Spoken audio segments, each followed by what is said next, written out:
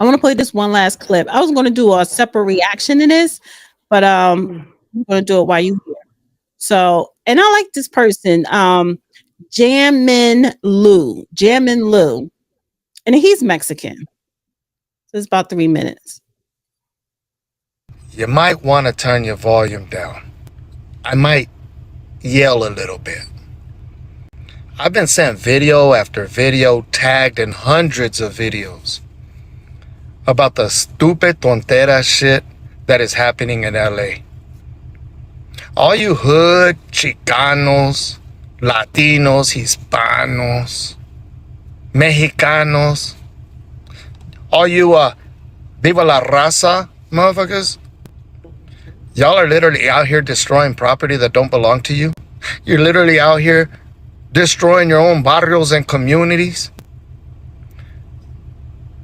You're the weakest link of your entire bloodline and ancestor. As a matter of fact, your ancestors are looking at you ashamed as shit right now because this is something that they wouldn't even back up.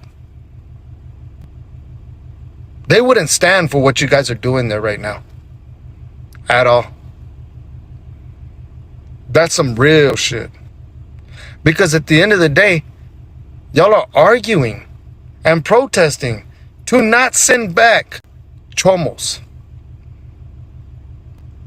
People that have done some fucked up foul shit to kids, that have raped women and children, that have murdered some people that some of y'all know. You're advocating for them to stay here. Your ancestors would straight look at you and tell you, te lo hocico, pendejo. Have you noticed that not one Democrat has come out and said, hey, stop. Don't destroy your own property. Don't destroy your own community. Have you noticed that? It's only President Trump. And what's even more ironic than all of this shit is the people you're advocating to not get deported, the ones that come from Venezuela, El Salvador, Cuba, Guatemala, they don't give a fuck about none of you American citizens, even if you're a Latino, Mexicano, Hispano. They don't give a fuck about you simply because you were born on U.S. soil, pendejos. Like, agarra la onda, some of y'all's hate-filled hearts and fucking hate goggles are so fucking thick you can't even see the wolf in the henhouse. And you're doing exactly what the white man that you can't stand, you're doing exactly what he wants you to. And that white man comes from the Democrat Party. Have you noticed we don't see any members of the black community out there fucking protesting with you? The only ones in the white community you see are the fucking white liberals. Why is that? Agarra la pinche onda, güeyes. I said what I said. Stupid asses. No, this is not. That was not George Lopez. I said that look like George Lopez. No, but I love what he had to say, and he is a Trump supporter. And I followed him on X, and he spoke the truth because he mentioned, he's like, you don't say anything about the cartels, the human trafficking that's going on, especially when you have open borders, like what Trump is doing, closing the borders and with ICE or whatever. You do crack down on human trafficking. It slows down. So he hit on a lot of points, and a lot of times it should come from your own kind for it to really hit. But what say you? I'm glad. So this is the thing. This is what I'm hearing in the Hispanic community.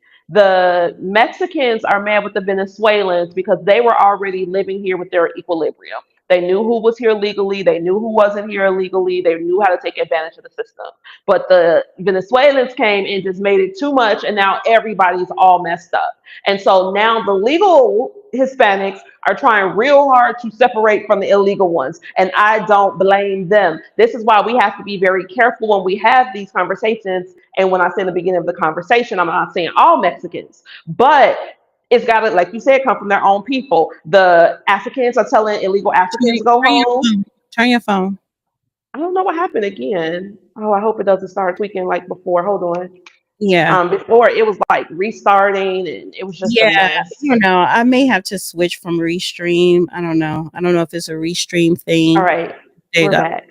Um, but yeah, the Mexicans are telling each other this, the Africans are telling each other this, the Asians are telling each other this. Everybody's like, yo, we don't want the feds in our business. So if you and your illegal status are attracting these people to our community, you gotta go. And they're not wrong, you know. So I think if we all just relax for a little bit, stop looking at these protests, stop giving these people attention, the communities are going to clean these people out themselves and we'll be okay.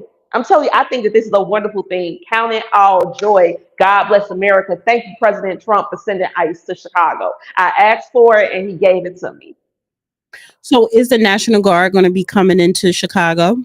It's not even hardly that bad. It's because, like, with the Black Lives Matters, that's when they had black people outside. So it was like, you know, people from everywhere. But this time, when black people saying stay at home, then white people staying at home because we are the ones who drive culture in this country. So because we're so loudly saying this is none of our Negro business, please leave us alone. Other people are saying, well, shoot, we don't got nothing to do with that either. They're right. Those illegals have to go. The greatest thing that came out of the Chicago Red movement was de-racializing this deportation issue because they were going to try to use our melanin to drive it into the ground and make us support something that was going to hurt us. So again, P. Ray, thank you so much for coming on. I always You're appreciate welcome.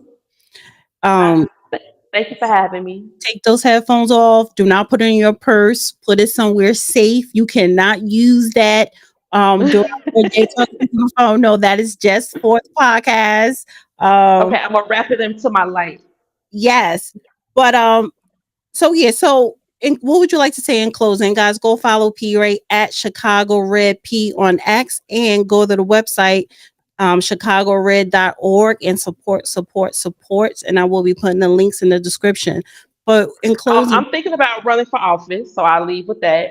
I'm seriously thinking about running for office. I'm looking at the people who are running, and I'm like, I can't just sit on these cameras and sit on these microphones and do all of this talking. I got to put some skin in the game. So pray for me while I think about it. I think that it's time. I think that I put in my work. I think that I'm prepared for this moment because somebody got to do something. If we did not fight back, we would have been destroyed in Chicago. So it's time to take this energy to the legislature. And that's what I got. thank you, girl. You're welcome. Love you. See you later. Love you too. All right, bye-bye. Dana with the data.